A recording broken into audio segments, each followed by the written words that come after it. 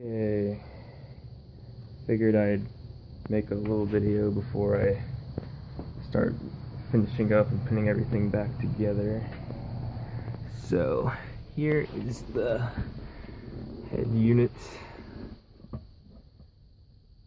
I hooked it up. I just soldered the harness, the basic cables I needed to get it running, and it works, which is good.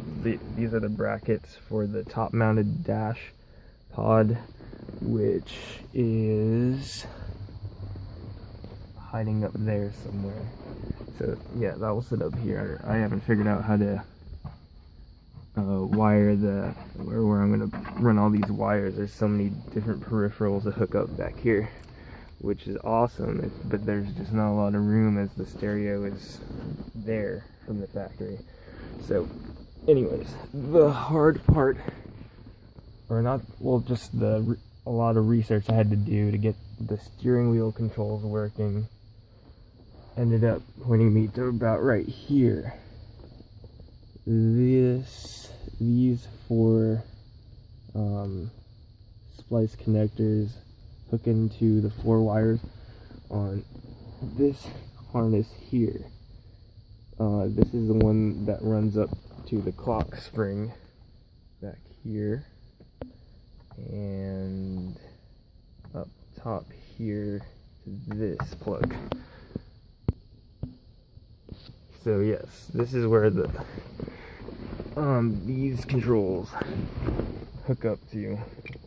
The green connector goes right in the top there. This is the ground for the horn. I don't think I have the battery plugged in, but if you go like that, honks the horn. So yeah, and you also don't want to let this spin too much, because there's only a certain number of turns that it can do.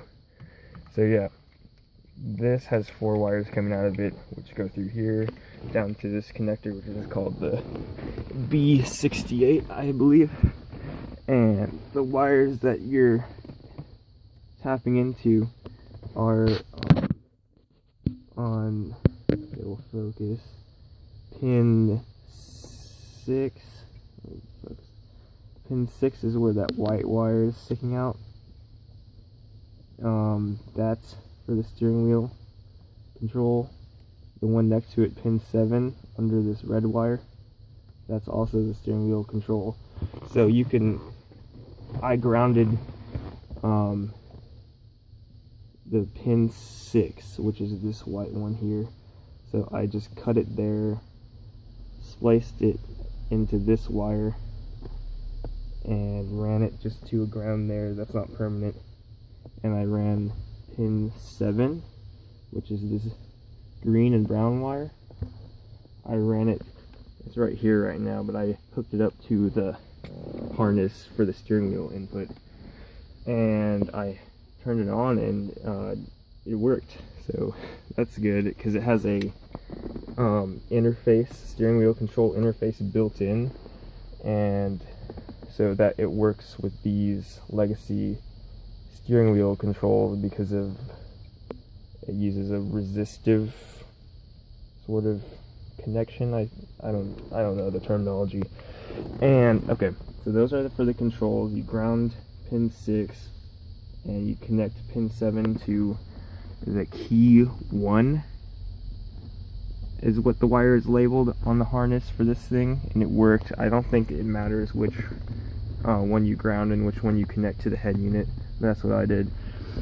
And so pin 2, which is this sky blue one up at the top there, that's pin 2. I hooked that up. That's the positive for the illumination for the steering wheel controls. This one here that I'm wiggling, I just connected it to the fuse box there with an ADA circuit, and then I pin 8, which is the bottom right one of this harness, cut it, and it is hiding back here. This one I spliced it into that wire and I grounded it here. It worked. Just trust me that it works. I don't feel like hooking up the battery. So that's how I got it to work. And I'm just waiting to hook it up right now.